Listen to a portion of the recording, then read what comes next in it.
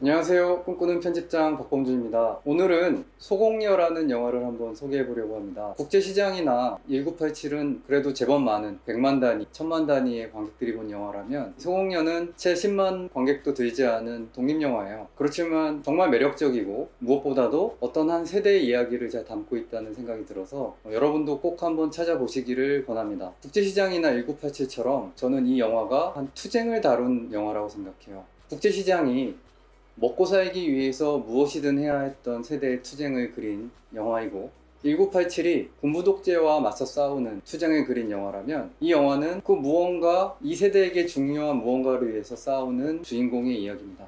이 영화 주인공은 미소라는 이름을 가진 30대 여자 사람이에요. 이야기는 상당히 단순합니다. 한 30대 여성이 가사 도우미로 일을 하면서 살고 있어요.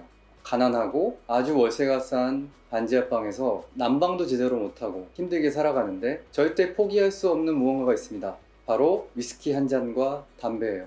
미소라는 주인공의 취미인데 저는 그것을 취향이라고 부르고 싶습니다. 요즘 흔히 하는 말로 개취, 개인의 취향이라는 말을 많이 쓰는데요. 바로 그 취향이죠. 이 영화는 다른 영화들처럼 어떤 세대를 다루는 걸 목적으로 만든 것 같진 않아요. 감독은 인터뷰에서 뭐라고 얘기를 하냐면 어느 날 갑자기 2,500원 하던 담배값이 4,500원이 됐는데 너무 화가 나서 이 영화를 한번 기획을 했다고 해요. 자기 이야기를 한 거죠. 주인공도 똑같은 처지에 놓여 있습니다. 가사 도우미라는 일을 하면서도 남들이 뭐라 해도 꿋꿋하게 또 나름 자신감을 가지고 하루하루 살아가던 이 친구가 어느 날 너무나 화가 나요. 어제까지 2,500원 하던 담배가 4,500원이 됩니다. 들어오는 수입은 뻔하고 써야 할 돈은 집세, 위스키값, 담배값, 그리고 이 친구가 머리가 계속 하얘지는 그런 증상이 있어서 한약을 먹지 않으면 머리가 하얗게 새버립니다. 약값, 이 정도가 이 친구가 꼭 써야 되는 돈이에요.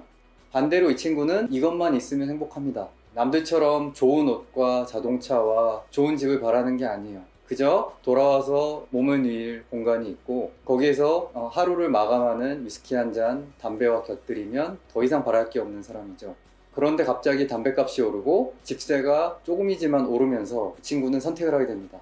담배를 끊을까? 위스키를 그만둘까? 아니면 위스키를 좀 더 싼 걸로 바꿀까? 고민하지 않고 이 친구는 과감하게 집을 포기합니다. 결국 이 이야기는 자신이 원하는 취향을 지키기 위해서 남들이 보기에는 당연히 가장 중요하고 기본적이라고 생각하는 집을 포기한 한 사람의 이야기예요. 집을 포기하고 나서 이 친구는 자기가 예전에 같이 밴드 활동을 하던 동료들을 찾아가서 하룻밤만 재워달라, 며칠 같이 지낼 수 있냐라고 부탁을 하게 돼요. 그러면서 그 친구들의 변한 이야기, 그 친구들이 살아가는 모습 이야기, 그 친구들의 삶의 이야기를 듣는 것이 이야기의 전부입니다. 중간중간에 제법 재미있는 에피소드들이 있는데요. 그런 것들은 생략하고 결국 이 주인공 미소는 마지막에는 자기가 남들에게 흰머리를 보이기 싫어서 매일 먹었던 약까지 포기를 하고 꿋꿋하게 자신의 취향을 지키고 마지막에는 찬바람이 부는 한강 고수부지에 덩그러니 불 켜진 텐트 하나의 모습을 비추면서 영화는 끝납니다.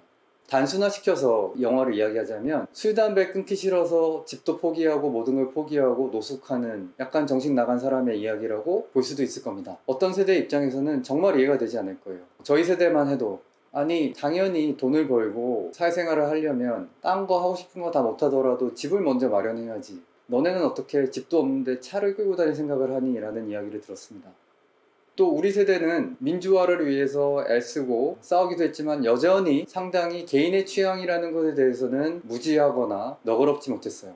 제가 가장 기억나는 것 중에 하나가 제가 신입생 때 선배들이 했던 얘기예요. 야, 요즘 신입생들은 소주를 안 마시고 맥주를 마신다며? 어떻게 그런 생각을 하는지 모르겠다. 지금 생각하면 맥주냐 소주냐는 그 사람의 취향이죠.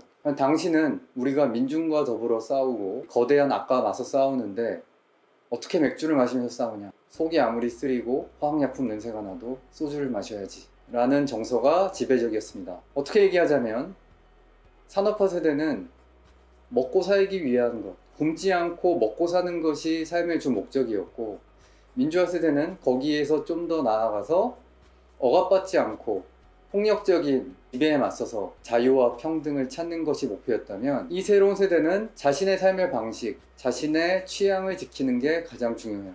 어떠세요?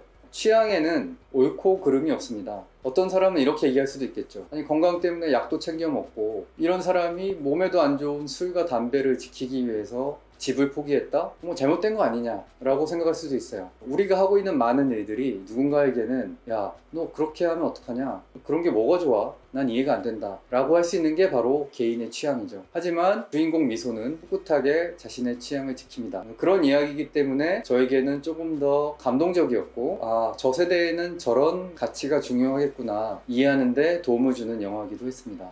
여러분, 이 세대에게 어떤 이름을 붙여줘야 될까요? 물론 저는 이 세대, 같은 세대라고 해서 모두 미소와 같은 선택을 할 거라고 생각하지 않습니다. 마치 모든 산업화 세대가 독일이나 사우디아라비아로 돈을 벌러 가지 않았던 것처럼, 또 모든 민주화 세대가 목숨을 걸고 나서서 군부 독재와 싸우지 않은 것처럼, 모든 새로운 세대가 자신의 취향을 지키기 위해서 집을 포기할 정도라고는 생각하지 않아요. 하지만 그 세대의 어떤 특징은 너무나도 잘 보여주고 있다고 저는 생각을 합니다. 이 세대에 이름을 붙이자면 뭐 요즘 정보화 이런 말도 많이 쓰고 MZ세대라는 말도 많이 쓰는데요. 그런 마케팅적인 필요에 의해서 붙인 이름보다는 좀 더 다른 이름이 필요하지 않을까요? 저는 이런 이름을 생각해 봤어요. 개인의 취향, 줄여서 개취세대. 세대를 이름을 부르는데 이렇게 줄임말을 쓰는 건 너무 가벼워 보인다 하면 개인화 혹은 취향화라고 부르고 싶어요. 제 생각에는 그래도 개인화가 좀 더 맞아 보인다. 그래서 산업화, 민주화에 이은 개인화의 세대라고 한번 생각해 보고 싶습니다. 어떻게 들으셨어요? 제가 괜히 상당히 흥미로운 영화 하나를 그냥 세대 이야기로 얼버무려 버리고 오히려 흥미를 반감시킨 건 아닌가라는 걱정도 드는데요. 저 세대는 왜 저런 판단을 할까? 저 세대에게는 왜 저런 게 중요할까? 이해가 잘 안 된다 라고 생각을 해보셨다면, 혹은 우리 세대는 과연 이전 세대랑 뭐가 다르지? 라는 생각을 한번 해보셨다면 꼭 한번 보시고 무언가 재밌게 보고 나서 분명히 생각해 볼 만한 거리가 남을 거라고 생각합니다. 꼭 한번 보시길 추천드리면서 오늘의 이야기 마치도록 하겠습니다. 감사합니다.